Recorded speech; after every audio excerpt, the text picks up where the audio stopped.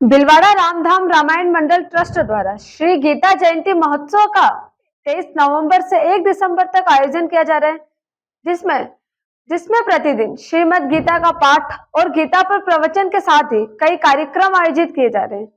श्रीमद् गीता का पाठ महामंडलेश्वर स्वामी श्री अनंत देव गिरी जी महाराज के द्वारा किया जा रहा है। आइए देखते हैं श्री महामंडलेश्वर स्वामी जी श्री अनंत देव गिरी जी महाराज के मुखारबिंद से श्रीमद् गीता पाठ और प्रवचन। और अच्छी भूमिका के साथ महाराज से आपके लिए निवेदन किया है। कुछ नई थोड़ी सी चर्चा करने में आपसे समय लेना चाहूंगा। आज हमारे इस सत्संग में स्वामी अनंत देव गिरी जी अनंत देव, जो कि उन्होंने जनवरी माह में से संन्यास किया, वह भी हमारे बीच विराजे हैं, अमृतसर के हैं, परंतु महाराष्ट्र के पूरे अंग्रेज हैं और आज हमारे 2 दिन से यहाँ से सत्संग आ रहे हैं। नारायण अनंत देव हमारे में देव लगा हुआ है, इनमें आनंद लगा हुआ। वैसे एक बात एक ही है पहले से। और फोन आया और फोन के बाद स्वामी जी ने बताया कि वो आपको परिचय नहीं हुआ, उन्होंने संन्यास ले लिया। मैं डॉक्टरेट के हिसाब से उनको परिचित था, अमृतसर से आप रास्ते हैं। इसी बीच हमारे यहाँ पर नित्य प्रतिदिन महाराष्ट्र की सेवा में रहने वाले संत नित्यानंद जी बंगाली बाबा के विराजे श्री लक्ष्मण गिरी जी और स्वामी जी के भाग चालक के रूप में काम कर रहे हैं और संत भी हैं सुरजीत सिंह जी। हम सभी उनका हृदय से आभार प्रदर्शित करते हैं। महाराज श्री का जैसा कि आप परिचय स्वयं जानते हैं तो बताने की आवश्यकता नहीं है। सन 1985 से रामधाम में पढ़ा करके हमारे सत्संग आप दे रहे हैं और पूरा मार्गदर्शन करते हैं। आप जितने भी ऊपर से दिखते हैं, जितना ही उनका सरल हृदय है और सभी को एक धारा में पिरोने का प्रयास करते हैं। ऐसे स्वामी जी ने वहां वृंदावन में ही एक ऐसा आश्रम की अपनी स्थापना की है और रामदेव जी के महाराज के नाम से वह आश्रम चलता है। और उस आश्रम की आपने महिमा देखी होगी, जो कि शायद एक भी भक्त ऐसा नहीं होगा। और भीलवाड़ा का तो विशेष स्नेह रहता है कि जितने भी हमने कुंभ में मिले हुए हैं, चाहे उज्जैन हो चाहे प्रयागराज हो, उनमें सुंदर व्यवस्थाओं के साथ हम सभी ने आवास व्यवस्थाओं के साथ पूरी आत्मीय भाव से वह अपने इस आवास को आनंद लेते थे। पूरा सा आप सबका संकल्प है और आज 28 फरवरी को जैसे कि बताया गया शताब्दी आनंद महोत्सव वहां वृंदावन में मनाया जाएगा। लगभग जैसा स्वामी जी बता रहे हैं और एक बार इस संदर्भ में बात होने के बाद लगभग देश के 300 से अधिक संत वहां पहुंचने वाले हैं। राम इतना बोलते ही आपने कितने अक्षर बोले, क्योंकि ये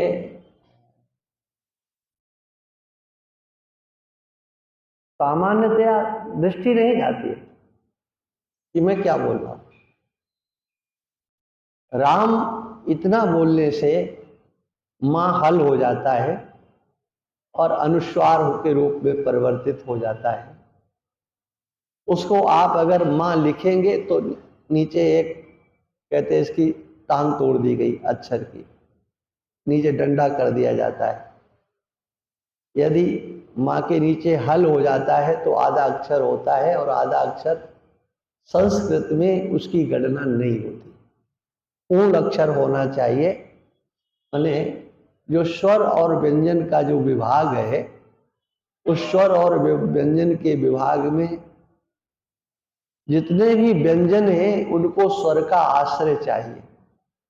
यदि स्वर से रहित कोई व्यंजन है तो उसका स्पष्ट उच्चारण नहीं किया जा सकता किसी भी कीमत पर।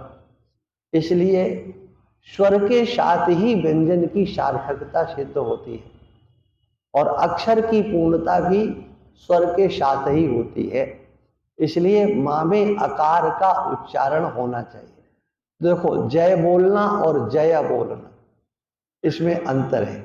जय और जय, राम और राम,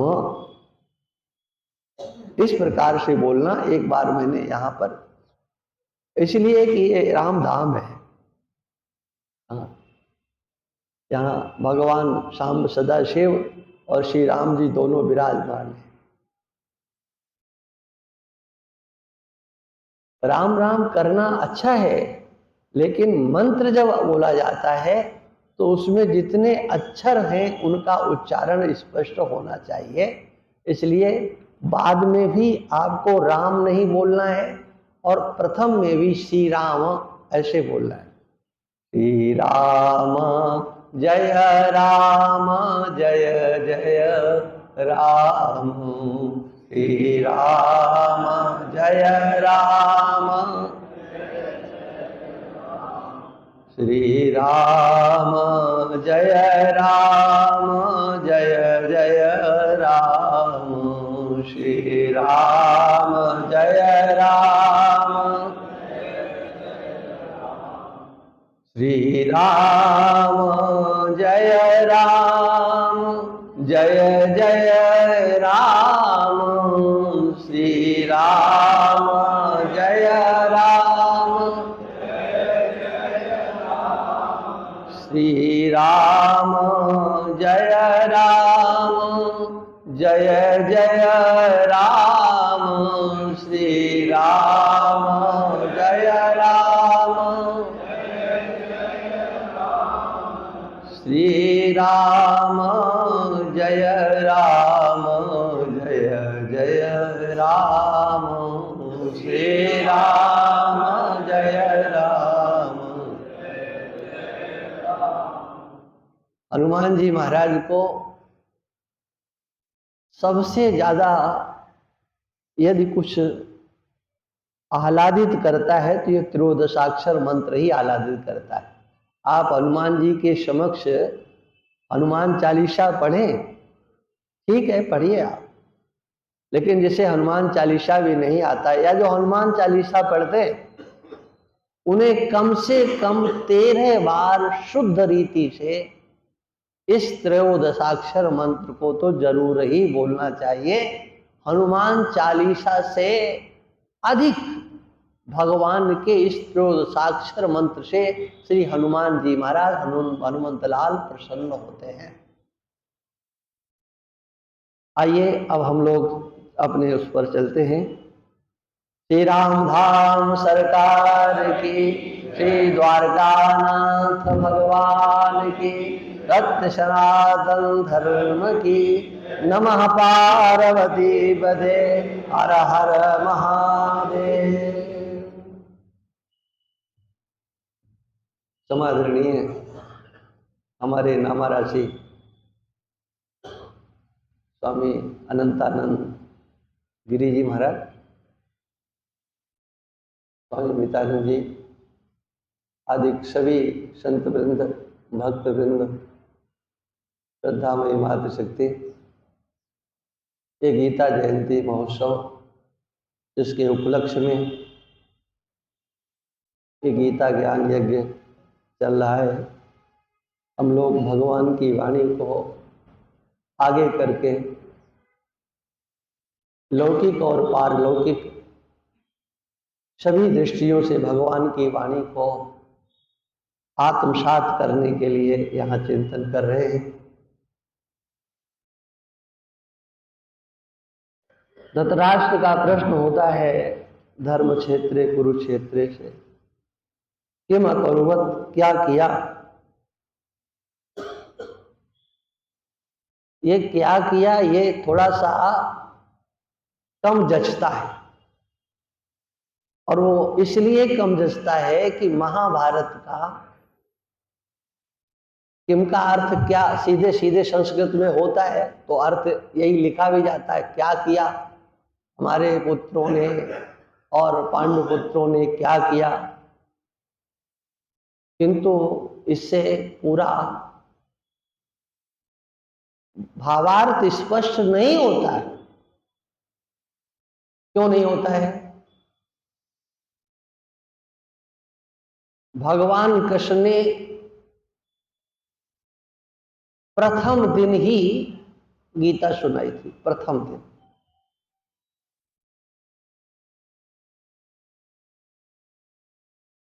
और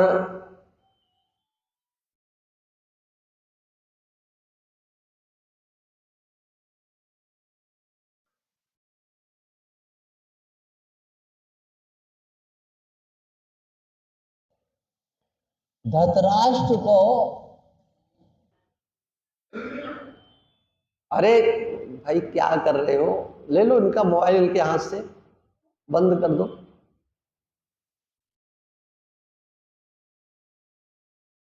ऐसा बंद करो कि कोई खोल ना पाए, क्योंकि झंझट ही खत्म करो ना, बाबा जी को क्यों परेशान करो। अब उन्हें इससे क्या मतलब है, वो तो बैठे हैं।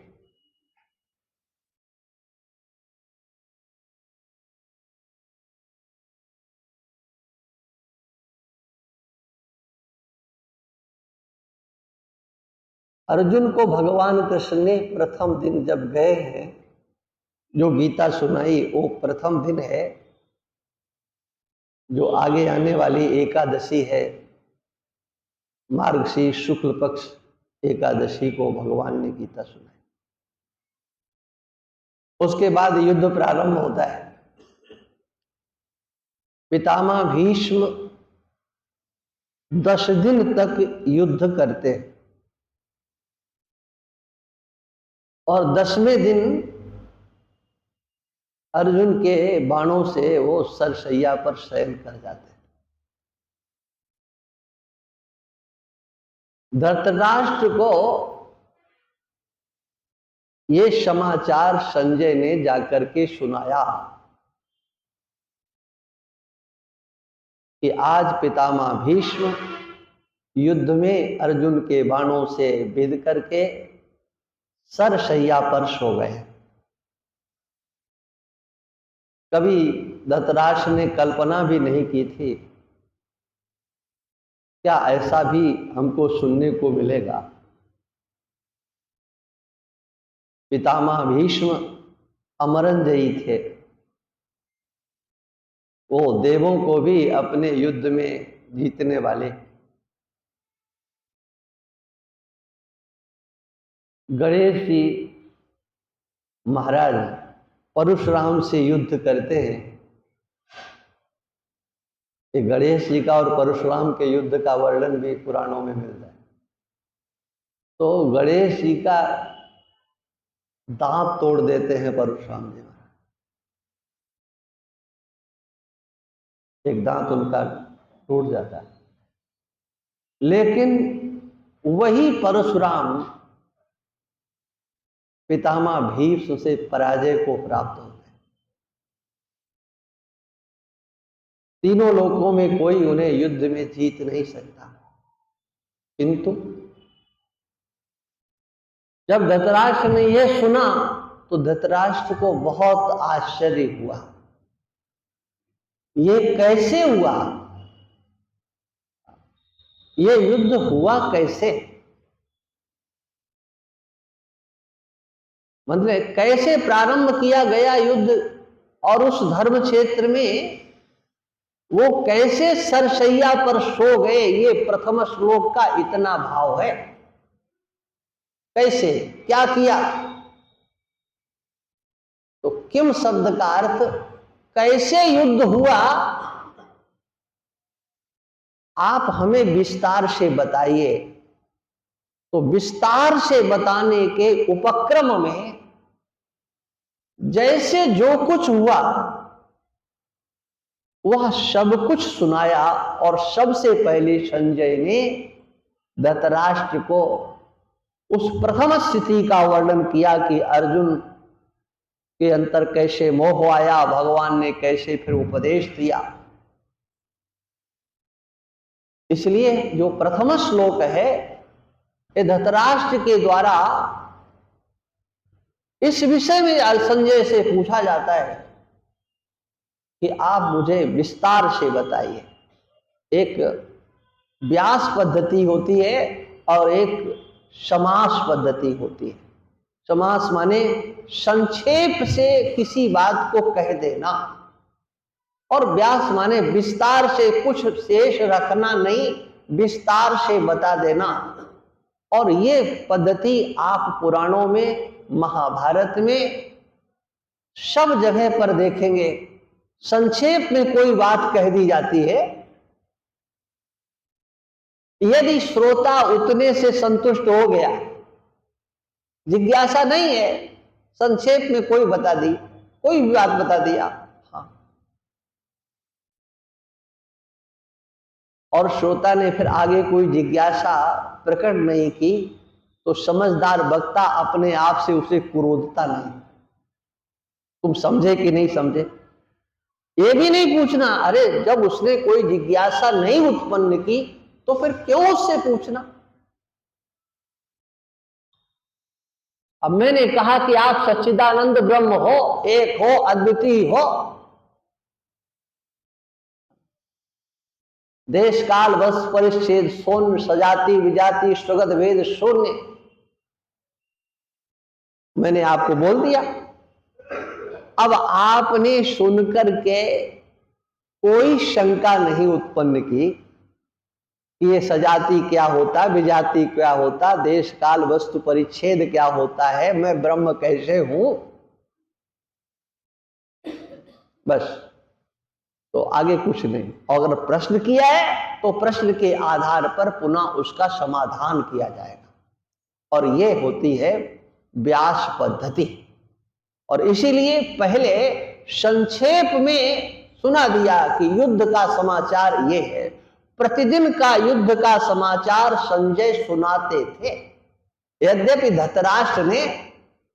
धृतराष्ट्र को व्यास जी ने पूछा था,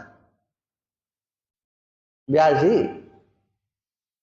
क्या तुम आंखों देखा हाल देखना चाहते हो, अपने आंखों से देखना चाहते हो ये युद्ध कैसे हो, मत जाओ युद्ध में। लेकिन धृतराष्ट्र ने कहा ये मैं अपने आंखों से नहीं देखना चाहता, क्योंकि युद्ध होगा तो उसमें क्या होगा ये बात धृतराष्ट्र को अच्छी तरह से ज्ञात है, परिणाम क्या होने वाला।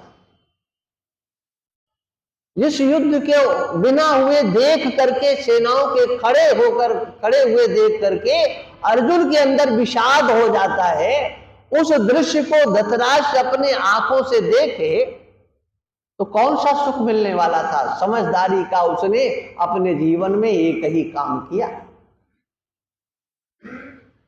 व्यास जी ने कहा कि मैं तुम्हें दिव्य दृष्टि देता हूं, जो भी कुरुक्षेत्र में होगा तुम हस्तिनापुर में बैठ करके सब कुछ देख सकते हो। लेकिन धृतराष्ट्र ने मना किया, मैं समाचार मुझे प्रतिदिन का प्राप्त होता रहे। और तब संजय को भगवान ने ये सामर्थ्य दी, ये योग्यता दी, चाहे इनके प्रत्यक्ष हो चाहे परोक्ष हो, कोई भी घटना कहीं पर भी युद्ध में होगी वह इनको प्रत्यक्ष देखेंगे, और जो कुछ वार्तालाप भी होगा, एक दूसरे से संवाद होगा, बातचीत होगी, उस बातचीत को भी संजय यथावत सुन सकेंगे। ये कितने ही दूर हो, 1 योजन दूर हो चाहे 50 योजन दूर हो, वो सब सुन भी सकेंगे और सब देख भी सकेंगे। ये सामर्थ्य संजय को व्यास भगवान ने दी थी। व्यास प्रसादात् श्रुत्वा नेतद् गुह्यमहं परम। संजय कहते हैं मैंने व्यास के प्रसाद से, उनकी कृपा से इसको मैंने सुना है, भगवान का वो विराट स्वरूप देखा है, सब कुछ सुनाया। और देखो जिस गीता को संजय ने सुना, संजय ने धृतराष्ट्र को भी वही सुना दिया, यथावत सुना दिया, एक अक्षर भी आगे पीछे नहीं किया। लेकिन सोचो अंतर कितना दिखाई पड़ता है। क्या संजय ने जो गीता सुनी तो संजय ने अपने अंतर की बात कह दी। भगवान ने अर्जुन से पूछा क्या तुमने हमारा उपदेश सुना? अर्जुन ने कहा सुना। क्या सुना? बोले नष्टो मोह, सुन करके मेरा मोह नष्ट हो गया, मेरा अज्ञान निवृत्त हो गया। अब मैं स्वधर्म का पालन करते हुए आपके वचनों का पालन करूंगा। करिष्ये वचनम तव। कि अर्जुन ने जो गीता सुनी उसका फल वो भगवान के सामने व्यक्त करते हैं। मैंने ये समझा है। और संजय ने क्या समझा? संजय स्पष्ट घोषणा करते हैं, यत्र योगेश्वरा कृष्णो यत्र पार्थो धनुर्धरा तत्र श्री विजयो भूतिर ध्रुवा नीतिर मतिर ममा। राजन, ये स्पष्ट, हाँ, मेरा अनुभव ऐसा कहता है, मुझे विश्वास है जहां पर योगेश्वर भगवान कृष्ण है और जहां धनुर्धर पार्थ हैं वहां पर श्री है, वहां पर विजय है।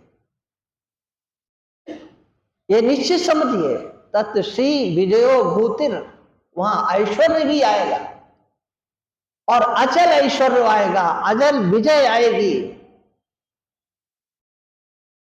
उनका यश भी श्लोक में रहने वाला है।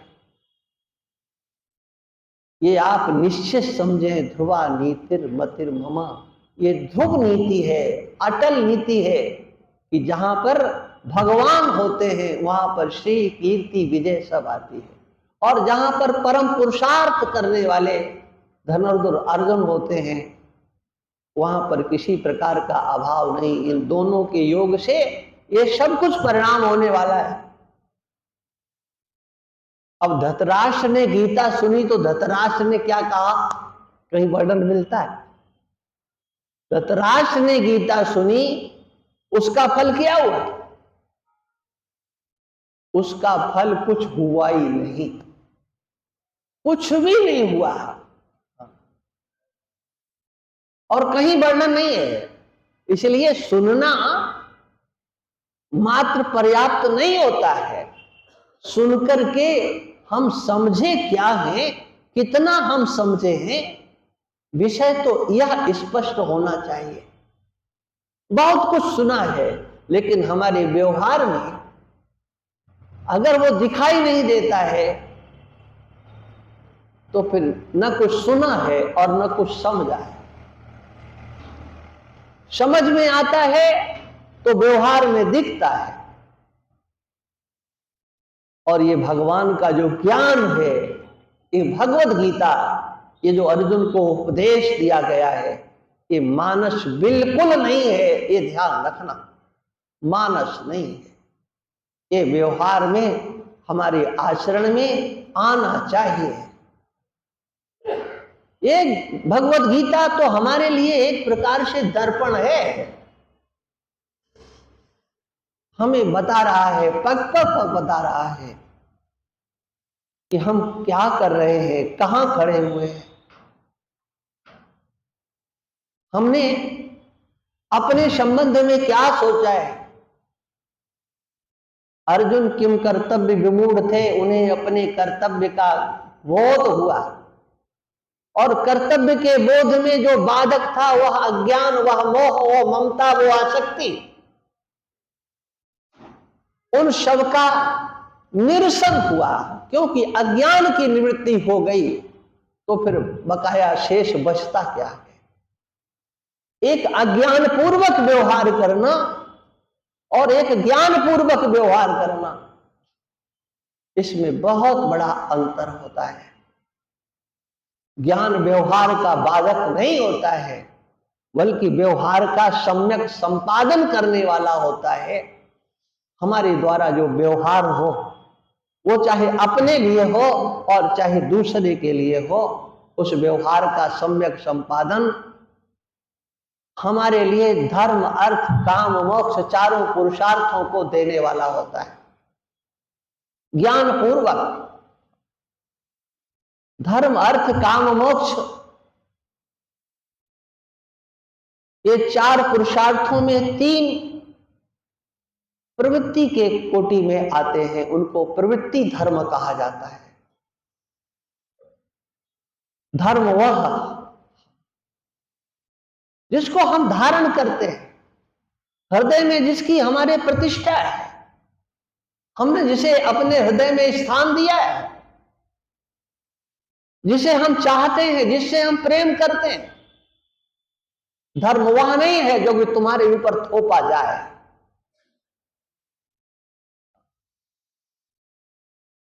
लोक परलोकवादी जो सनातन धर्मी हिंदू हैं, मैं उनके लिए ये बात कहता हूं। लोक में ये आकांक्षा होती है अंतिम समय में कोई हमारा अग्नि संस्कार करने वाला चाहिए, हमारे कुल का हो, हमारे खानदान का, हमारे परिवार का हो, हमारा पुत्र हो, हमारा नहीं तो हमारे भाई आदि अनेक प्रकार के। कोई मुखाग्नि देने वाला चाहिए, कोई पानी देने वाला चाहिए। क्यों भाई, पानी की क्या जरूरत है? कई विचार किया? हाँ, ये है, ये सनातन धर्म है। मैं उस सनातन धर्मी की बात, उस हिंदू की बात करता हूं जो सनातन धर्मी है। मैं उस हिंदू की बात नहीं करता जो हिंदू तो अपने को कहता है और गोमांस भक्षकों के साथ बैठ करके फोटो खिंचाता है या गोमांस खाता है। ऐसे भी हिंदू मिल जाएंगे। मैं इस मंच से नाम नहीं लेना चाहता, अन्यथा मेरे पास लिस्ट है। वो पैसे वाले हैं, नाम उनका है कहां और कैसे हैं, और गौरव के साथ कहते हैं हम हिंदू हैं। अरे शर्म करो, डूब मरो चुल्लू भर पानी में। तुम हिंदू गोमांस भक्षकों के साथ बैठ करके, और वो खाना चाहिए, आपको शर्म नहीं आता? और उनको कहने में शर्म नहीं लगती, ये भी बता दें। और आप लोग भी अगर हम नाम लेंगे तो आपको भी याद आ जाएगा किसने कब कब ये कहा था। वो बड़े, कोई कोई तो बड़े पूज्य माने जाते, बड़ा उनका नाम, उनके नाम के सैकड़ों संस्थाएं, लेकिन ये सच्चाई बोल दो तो यही कहते हैं तो बोलता है। सत्य क्या है? हम उस सनातन धर्मी हिंदू की बात करते हैं जो संस्कारों से युक्त है, जो लोक और परलोक को केंद्र बना करके व्यवहार करता है। हमारा लोक भी बन जाए और हमारा परलोक भी बन जाए। और ध्यान रखना, इस सनातन धर्म के ऋषियों का यह चिंतन कि आपका कर्म लोक भी बनाएगा और परलोक भी बनाएगा। और ध्यान रखना, जो कर्म आपका लोक नहीं बना सकता है, उस कर्म से कभी परलोक बन नहीं सकता।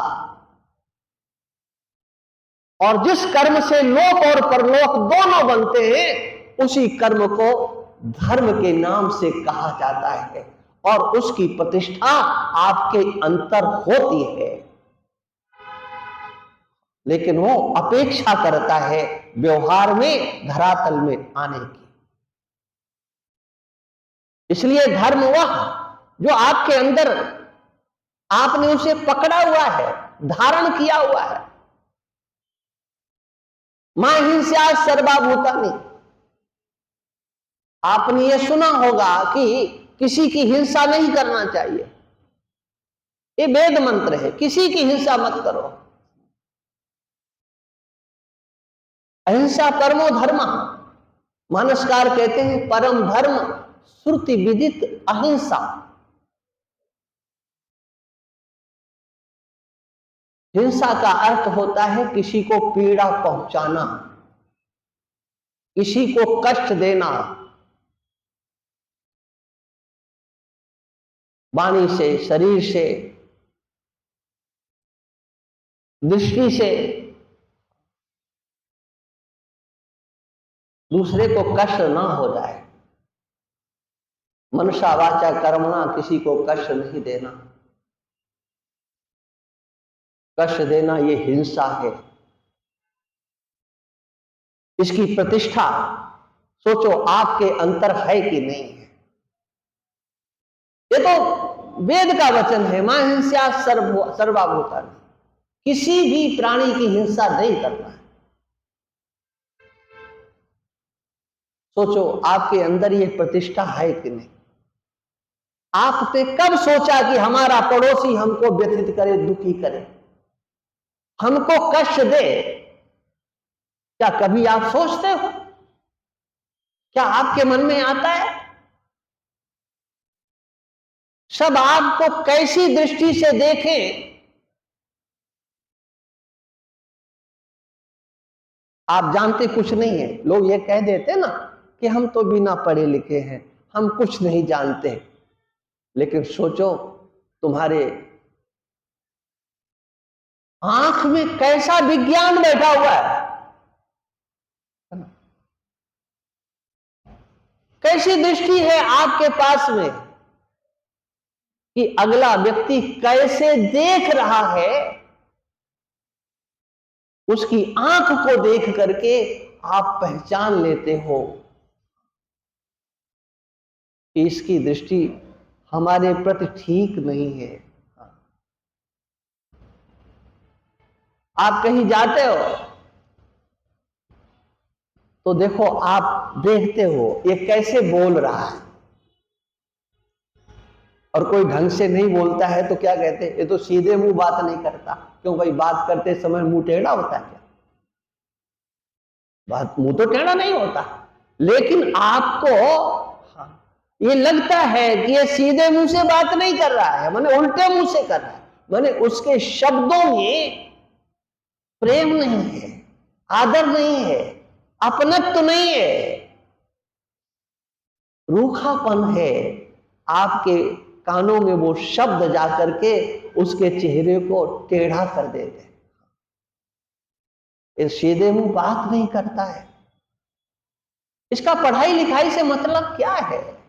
अरे, ये विज्ञान तो मनुष्य के पास नहीं, पशु पक्षियों के पास भी होता है।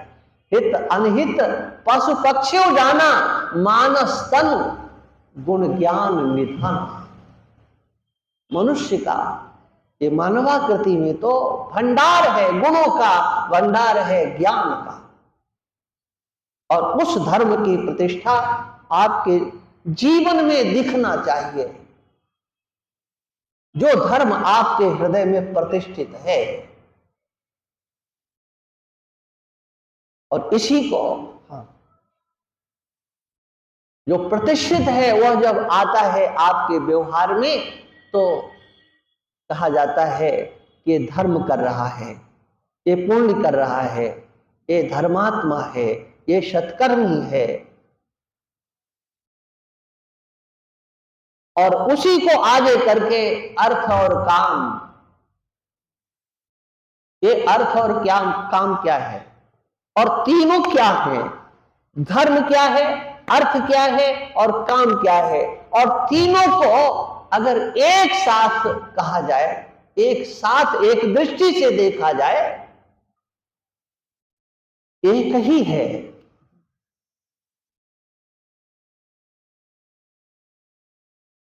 थोड़ी सी दार्शनिक चर्चा।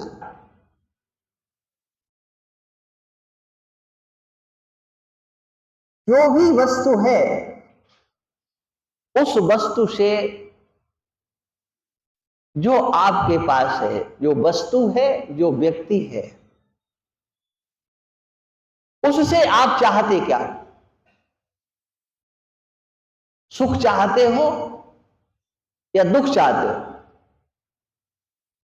आपका पैसा आपको सुखी करे कि दुखी करे? आपके पास जो सामग्री है वो आपको सुखी करे कि दुखी करे? आपका वाहन आपको सुखी करे कि दुखी करे? समग्र संसार की वस्तुएं जिनका आप संग्रह करते हो, सोचो उनका प्रयोजन क्या है? उनका प्रयोजन तो एक ही है कि हम सुखी हों। अनेक प्रकार के वस्तुओं का, व्यक्तियों का संग्रह करना, उस संग्रह का मूल क्या है? आप उनको सुखी नहीं करना चाहते हो, आप उनसे सुखी होना चाहते हो। महाभारत के युद्ध में संग्रह ही तो किया गया। किसका? सेना का संग्रह किया गया, इधर से भी किया गया, उधर से भी किया गया। एक ने ज्यादा कर लिया, एक ने कम कर गया। लेकिन वो संग्रह था किस लिए? वो राजाओं के लिए संग्रह था क्या? वो सेना के लिए संग्रह क्या था क्या? चाहे इस पक्ष का हो और चाहे उस पक्ष का। और दुर्योधन तो स्पष्ट कह ही देता है, देखो देखो हमारी सेना देखो। ये चाहे भीष्म पितामह हो, चाहे कृपाचार्य हो, चाहे अश्वत्थामा हो, चाहे कर्ण हो, कोई भी, जितने भी हमारे पक्ष में वो 11 अक्षौणी सेना और उसके सेनापति राजागण खड़े हुए हैं, उनका उद्देश्य क्या है, वो यहां पर क्यों आए हैं? देखो आप, कितनी बढ़िया बात दुर्योधन ने, यह सब मेरे लिए मरने के लिए आया है। पढ़ो आप भगवत गीता पहला अध्याय देखो। मदर्थे त्यक्त दैहिका, इनको अपने शरीर से प्रेम नहीं है, इनको अपने प्राणों से प्रेम नहीं है, ये अपने शरीर और प्राणों से ज्यादा ये मेरे से प्रेम करते हैं, ये मेरे लिए मरने के लिए यहां है। अब सोचो, वो जो दूसरों को मरवाना चाहता है वो किसके लिए, दुखी होने के लिए कि सुखी होने के लिए? है ना? यह है गीता दर्शन। आपने जो संग्रह किया है उसका प्रयोजन क्या है? आप जिसे चाहते हो उसका प्रयोजन क्या है? जैसे कल चर्चा चली थी जाया में स्यात्, मेरे को पत्नी प्राप्त हो तो सोचो किसके लिए? उसकी नौकरी करने के लिए या उससे सुख प्राप्त करने के लिए? और जानते हो वो जाया में स्यात्, इसमें केवल इतना ही नहीं है, ब्रेक नहीं लगता इसमें कि मेरे को पत्नी की प्राप्ति हो, क्या यहां तक ही सीमित होते? नहीं नहीं नहीं, हाँ, आगे भी होना चाहिए, कुछ और होना चाहिए। पत्नी हो तो पुत्र हो, संतान होना चाहिए, संतान के संतान होना चाहिए। आप कितनी भी कल्पना कर लो, लेकिन उस समग्र कल्पनाओं के पूर्ण होने पर उनका लक्ष्य क्या होता है? दुखी होने के लिए या सुखी होने के लिए? सीधा उत्तर होगा कि आप वह हैं जो 1 नंबर की स्वार्थी हो, छली हो, कपटी हो, दूसरों से कहते हो हम तो मर रहे हैं तुम्हारे लिए। अरे तुम दूसरों को मार रहे हो अपने लिए, वो कोई भी हो, क्योंकि तुम सबसे चाहते हो, सबसे चाहते हो। और क्या चाहते हो? सुख चाहते हो। ये सार्वभौम बात, इसकी व्याख्या अगर धीरे धीरे करें तो ये तो महीनों का अपना विषय है। सबसे चाहते हो, और इसीलिए जो प्रवृत्ति धर्म होता है ना, उस प्रवृत्ति धर्म में इस सबसे बड़ा दोष होता है कि वह दूसरों को अपने लिए, दूसरों को अपने लिए। और इसीलिए भागवत में इस प्रवृत्ति धर्म को कूट धर्म कहा गया है। गृहेषु कूट धर्मेषु, घर में तो महाराज हम कूट धर्म में फंसे हुए हैं, हम कपट धर्म में फंसे हुए हैं। हमने कपट धर्म का आश्रय लिया है, विशुद्ध धर्म का आश्रय नहीं लिया है। धर्म का तो आश्रय लिया है, धर्माचरण तो दिखाई पड़ता है, लेकिन उसमें कपट होता है। कुछ हम चाहते हैं, उसके बदले कुछ न कुछ हम लेकर के जीना चाहते हैं। और तीनों का, धर्म का, अर्थ का, अर्थ माने सब कुछ अर्थ है, ध्यान रखना। ये केवल नोटों को गिनना या नोटों का संग्रह ये अर्थ नहीं, सब कुछ अर्थ है। आपके पास गाड़ी है, क्या वो पैसा नहीं है? आपके पास मोबाइल है, क्या वो पैसा नहीं है? आप जो वस्त्र पहने हो, क्या वो पैसा नहीं है? आवश्यकता पड़ने पर व्यक्ति सब कुछ दांव पे लगा देता है। अरे महाभारत की कथा यही तो है ना। जुआ के प्रकरण में क्या हुआ? जब जुआ खेला गया तो वहां नगदी तो कुछ नहीं लगा था, वो तो जवानी जवां खर्च था, लेकिन सब कुछ लग गया। युधिष्ठिर ने तो द्रौपदी को भी दांव पे लगा दिया, वो कोई पैसा था क्या? लेकिन उसे समझा जाता है। अरे पुत्र की बिक्री, हमारे धर्म शास्त्रों में एक कथा आती है, लेकिन वो कथा होगी धर्म शास्त्रों की, हमारे पुराणों की कथा, किंतु आज भी तो ऐसा होता है कि पाला किसी ने, गर्भ धारण किया किसी ने, और फिर उसको बेच दिया गया। गर्भ बिकते हैं और मुझे पता है। अब कोई कहेगा कि तब नहीं बताओ, तो बताऊं क्यों भाई? अरे हम आपसे, लेकिन हमें जो पता लगता है कि ऐसा धंधा चल रहा है, हमसे ज्यादा तो आप सब लोग जानते हो। कथाएं हैं वो तो आप सुनते हो। भागवत की कथा में उस महात्म्य वर्णन आता है कि वो धुंधली की बहन ने कहा, क्या चिंता करते हो? अरे तुमने गाय को खिला दिया तो खिला दिया, हमारे पेट में तो है। हमारा पति एक नंबर का लोभी है, तुम उसे पैसा दे देना, और जब संतान उत्पन्न होगी तो मैं तुम्हें दे दूंगी पैसे के बदले, और वो तुम्हारा हो जाएगा। ये कथा वहां की है, पद्म पुराण की है, लेकिन आज तो लोक में हो रहा है ना। वो संतान भी, आपने हरिश्चंद्र की कथा सुनी? हरिश्चंद्र ने अपने शरीर को बेच दिया जी। ये कथा है कि उन्होंने बेच दिया। ये शरीर अर्थ नहीं है क्या?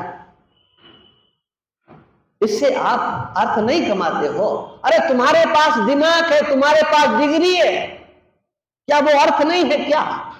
आपने पढ़ा लिखा सब कुछ किया, बोले ये हमारी योग्यता है। अरे इसकी कीमत बताओ। तुम्हारी हर चीज की कीमत, तुम्हारी शकल की कीमत, ये शकल बिकती है कि नहीं? ये शकल की कीमत, अकल की कीमत, सब कुछ तो अर्थ है जी। आपके दाएं बाएं जो दिखता है वो वस्तुएं हो, लेकिन वो अर्थ के सिवा और क्या है जी? और जो सामग्रियां हैं धर्मानुसार जिनका आप संग्रह करते हो, वही तो काम है, और क्या? धर्म का अतिक्रमण करके जो सुख सुविधाओं का संग्रह किया जाता है, उसी का नाम तो पाप होता है। और धर्म का अतिक्रमण किए बिना, धर्म को आत्मसात करके, धर्म को आगे करके, मर्यादा को आगे करके, शास्त्र विधान को आगे करके सुख सुविधा प्राप्त करने की जितनी सामग्रियां जुटाई जाती हैं, या यो कहो कि जितनी भी इच्छाएं की जाती हैं, वो सब का सब भगवान का स्वरूप होती है। ये भगवान कृष्ण भगवत गीता में कहते हैं, धर्मा विरुद्धो भूतेषु कामोस्मि भरतर्षभ। धर्म के अविरुद्ध जो तुम्हारे अंतर इच्छा होती है, भगवान कहते हुआ तो मैं हूं, वो भगवान का स्वरूप है। माने धर्म का अतिक्रमण आपकी इच्छा नहीं करती है, तो वो समझ लो वो भगवान का ही संकल्प है, वो भगवान की इच्छा है। इसलिए धर्म, अर्थ और काम, इनका प्रयोजन मात्र क्या है? हम अपने को सुखी करना चाहते हैं, लोक और परलोक, यहां पर भी हमें सुख मिले, और यहां के बाद ये तो सब जानते ही हैं, जाना तो पड़ेगा। और जानते हो, आप सब लोग सुनते होंगे, गरुड़ पुराण सुनाया जाता है, सुनाया जाता ना, लेकिन जिंदा लोगों को नहीं सुनाया जाता। वो किसे सुनाया जाता है? कोई चला गया, बोले गरुड़ पुराण। अरे वो गरुड़ पुराण तो जीवित अवस्था में अपनाने के लिए उसमें कहा गया है। हाँ, वो मुरझाए चेहरे लेकर के वो पंडित बाँचता रहता है और वो सब सुनते रहते हैं। क्या है उसमें? मूल बात ये क्या कि हम यहां से जाएं तो जहां जाएं बताओ वहां सुखी रहें कि दुखी? उसका नाम परलोक, जो हमें आपको दिखाई नहीं पड़ता। परलोक में जाकर के हमको सुख मिले कि दुख? क्या उत्तर होगा?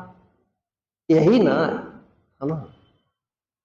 यहां पर भी हमको सुख मिले, और सुख ही ऐसा है कि आप इसे हमेशा चाहते हो, सदा चाहते हो, सर्वदा चाहते हो। यही दर्शन की चरमावस्था है, इसका चिंतन। उसकी खोज करो जिसको आप चाहते हो, और वो है कहां? तुम्हारे पास है कि नहीं है? ये प्रवृत्ति धर्म जो होता है, ये हमें संसार में रख करके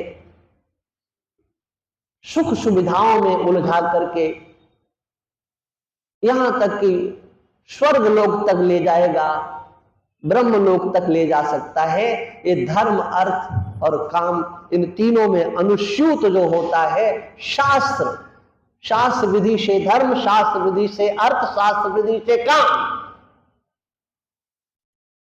इसका संग्रह हमें स्वर्ग लोक तक सुखी करने में होता है। लेकिन ये जन्म मृत्यु के प्रवाह से नहीं छुड़ा सकता है। यदि जन्म मृत्यु के प्रवाह से कोई छुड़ा सकता है तो वह निवृत्ति धर्म होता है। दो प्रकार के धर्मों का जो वर्णन किया गया है, एक प्रवृत्ति धर्म और एक निवृत्ति धर्म।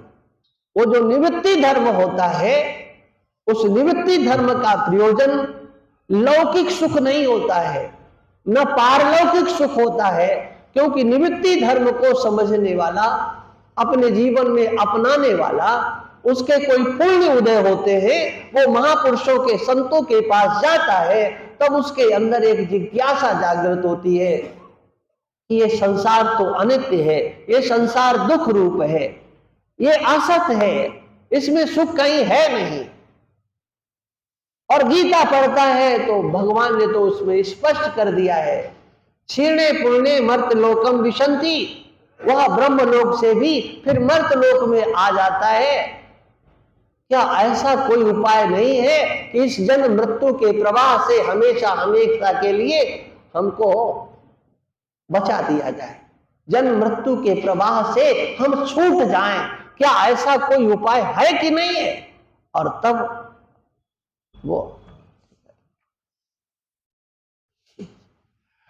तब जो है एक उपदेश दिया जाता है, तब उपदेश दिया जाता है कि हाँ ऐसा भी उपाय है, ये भी हो सकता है। अब देखो हमारी धारा चल रही थी, उस धारा में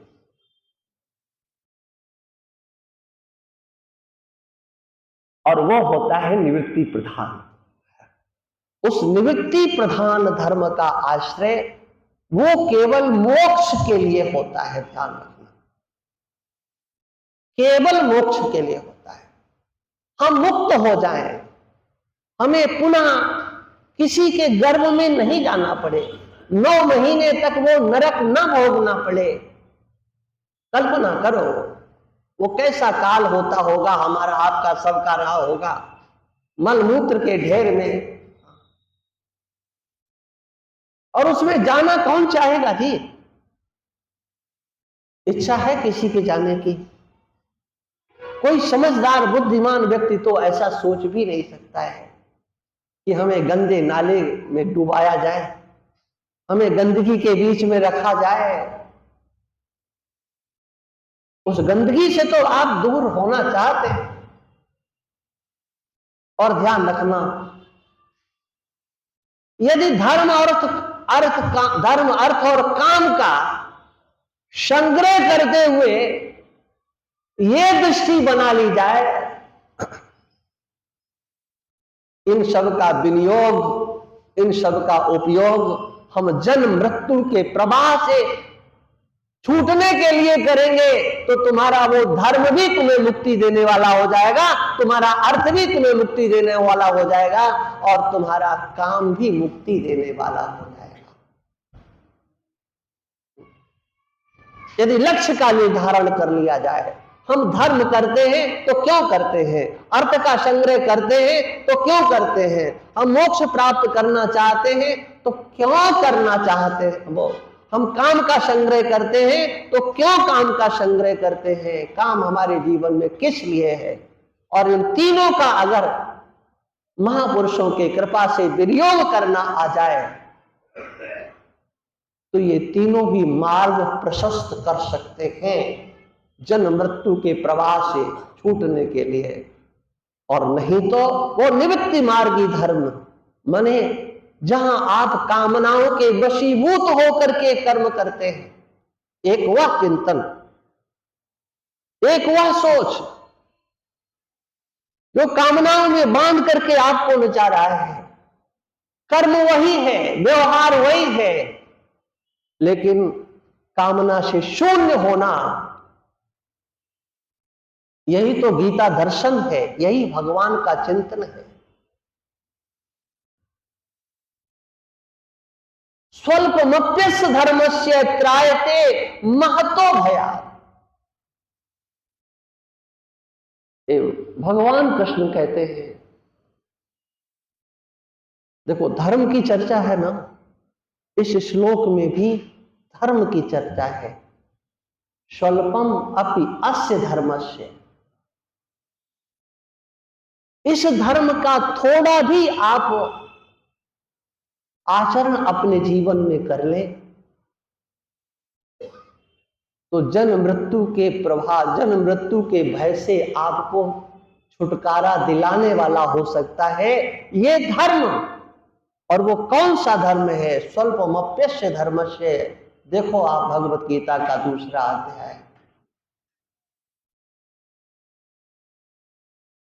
सर्वधर्मान परित्यज्य। ये तो लोग खूब, हाँ इस पर तो पीएचडी जाने कितनों ने कर डाली होगी, लेकिन जो भगवान कृष्ण ये कहते हैं स्वधर्मे निधनम श्रेया, ये हमारे समाज में अभी तक आ नहीं पाया।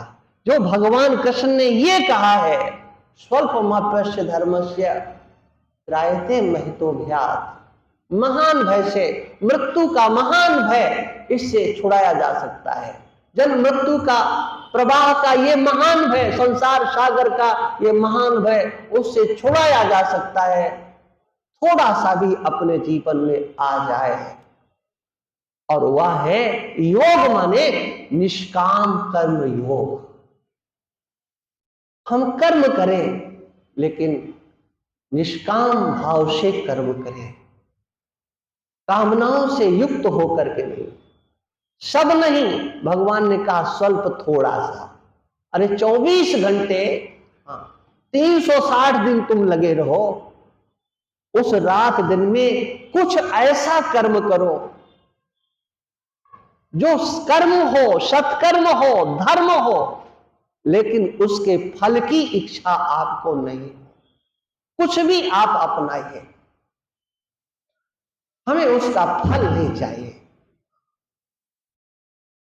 हमें मुक्ति प्राप्त हो, मोक्ष मिल जाए। ये निष्काम जो कामना होती है, निष्काम इच्छा होती है, ये समस्त कामनाओं की, इच्छाओं की निवृत्ति करके, कोई कामना नहीं, एक कामना। और ऐसी कामना ऐसा नहीं है कि होती नहीं है, होती है कि आपके अंदर भी बहुत हो सकते हैं, बहुत से कार्य करते होंगे कि हमें इसका फल नहीं चाहिए। यज्ञानुष्ठान इत्यादि भी मैंने देखा है लोगों को करते हुए, संकल्प करते हैं भगवत प्रीत्यर्थम, भगवान के प्रेम के लिए, भगवान की कृपा प्रसाद के लिए, इसके सिवा और कुछ नहीं। इसी प्रकार से समाज के लिए, समाज सेवा में भी यही तो है ना। हम समाज सेवा किस लिए करें?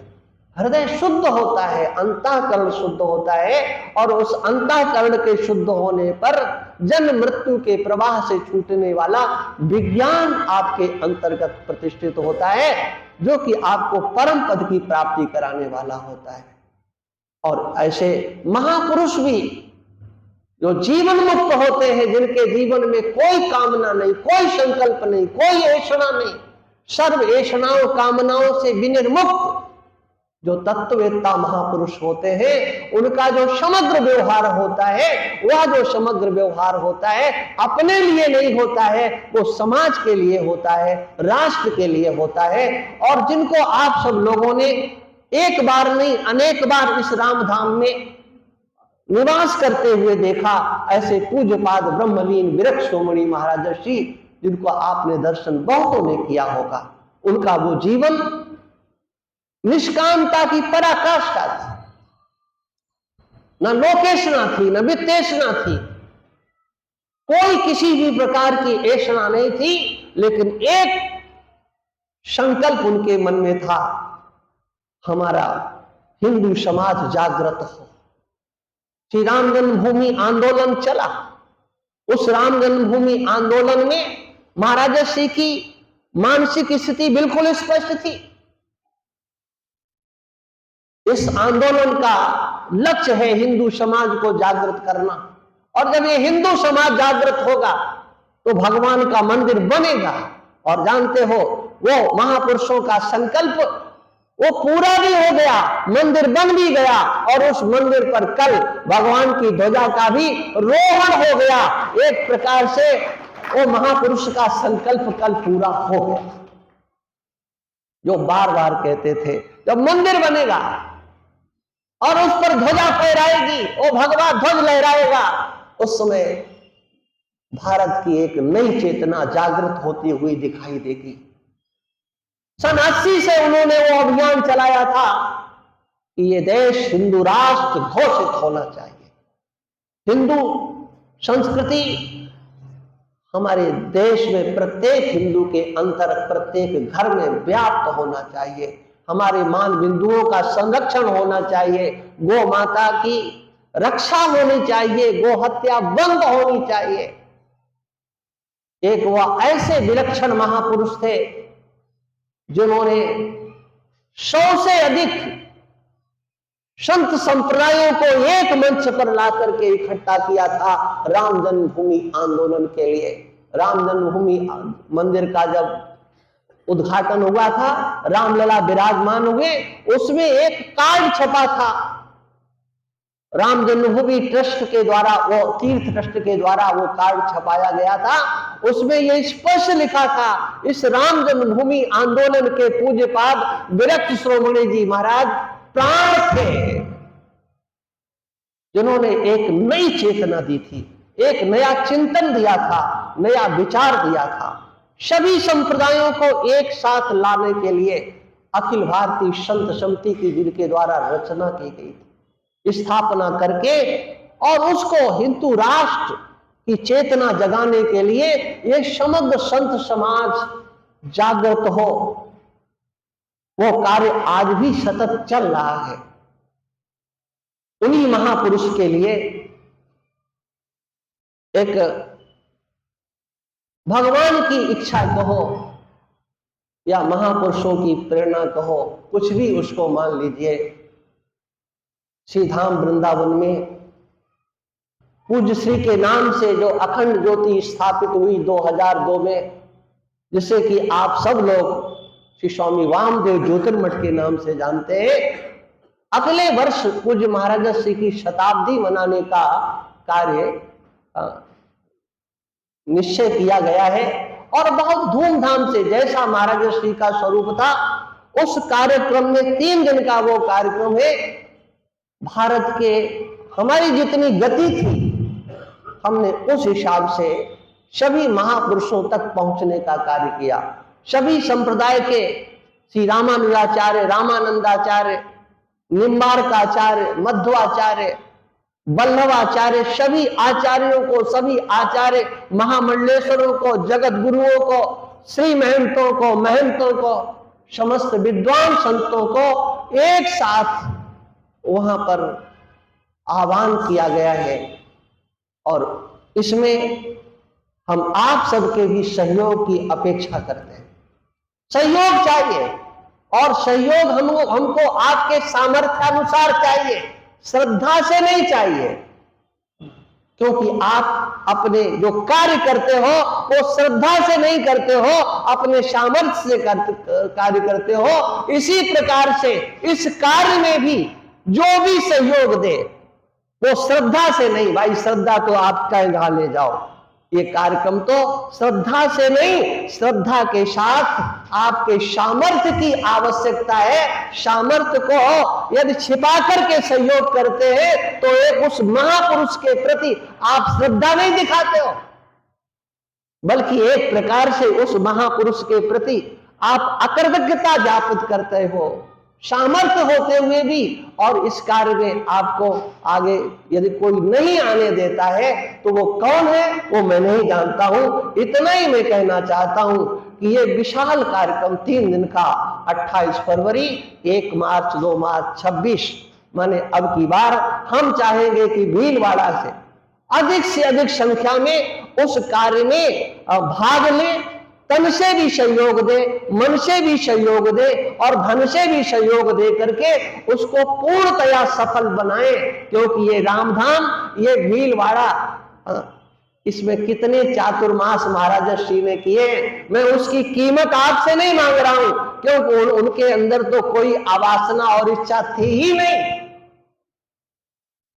उनके अंदर तो कभी कोई कामना हो ही नहीं पाई, और उनको किसी ने टटोल भी नहीं कोई पाया कि कहीं कोई स्वप्न में भी किसी इच्छा का किसी ने दर्शन किया हो। ऐसे महान निष्काम कर्मयोगी पूज्यपाद धर्म सम्राट स्वामी करपात्री जी महाराज कभी पूज्य वृक्ष महाराज श्री का नाम नहीं लेते थे, उनको केवल एक नाम से संबोधित करते थे, विरक्त शिरोमणि जी। आइए विरक्त शिरोमणि जी, विरक्त शिरोमणि ने ऐसा बोला है, ऐसा सम्मान, ऐसा प्रेम पूज्य धर्म सम्राट करपात्री जी महाराज का उनके प्रति, उनके व्यवहार, उनके दर्शन, उनके चिंतन के प्रति था। और आज भी उस संत समाज का वही भाव हमको देखने को मिला जब हम उन महापुरुषों के पास जाकर के निवेदन किए कि पूज्य महाराज श्री का ये कार्यक्रम मनाने का निश्चय हुआ है, तो सभी ने सहर्ष स्वीकृति प्रदान की है। और उसी उत्साह के साथ हम चाहते हैं कि आप सब भीलवाड़ा के लोग भी, या जो भी हमारी आवाज सुन रहे हैं, जहां तक हमारी आवाज जा रही है, आप सबसे हमारा विनम्र निवेदन है कि आप अपने सामर्थ्य अनुसार इस कार्यक्रम में सहयोग दें। बस इतना ही कहकर मैं अपनी वाणी को विराम देता हूं।